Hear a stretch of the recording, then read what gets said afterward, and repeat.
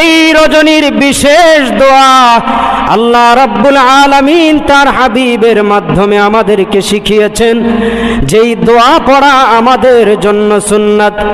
তিরমিজি শরীফের 3513 নম্বর হাদিস, আম্মা জান হযরতে আয়েশা সিদ্দিকা উম্মে আব্দুল্লাহ ওয়াল হুমায়রা রাদিয়াল্লাহু তাআলা আনহা থেকে বর্ণিত, আন আয়েশা রাদিয়াল্লাহু তাআলা আনহা আন্নাহা ক্বালাত কুলতু ইয়া রাসূলুল্লাহ সাল্লাল্লাহু আলাইহি ওয়াসাল্লাম أرأيت إن علمت أي ليلة ليلة القدر ما أقول فيها قال قولي اللهم إنك عفو تحب العفو فاعف عني।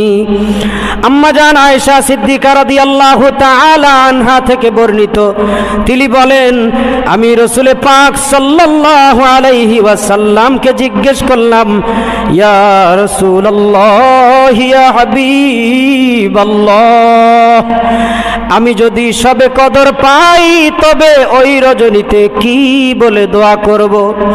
নবীজি বললেন, তুমি বলবে আল্লাহুম্মা ইন্নাকা আফুউন তুহিব্বুল আফওয়া ফাআফু আন্নি, যার অর্থ দাঁড়ায়, হে আল্লাহ, নিশ্চয়ই আপনি ক্ষমাশীল, ক্ষমা আপনার পছন্দের, অতএব আপনি আমায় ক্ষমা করুন।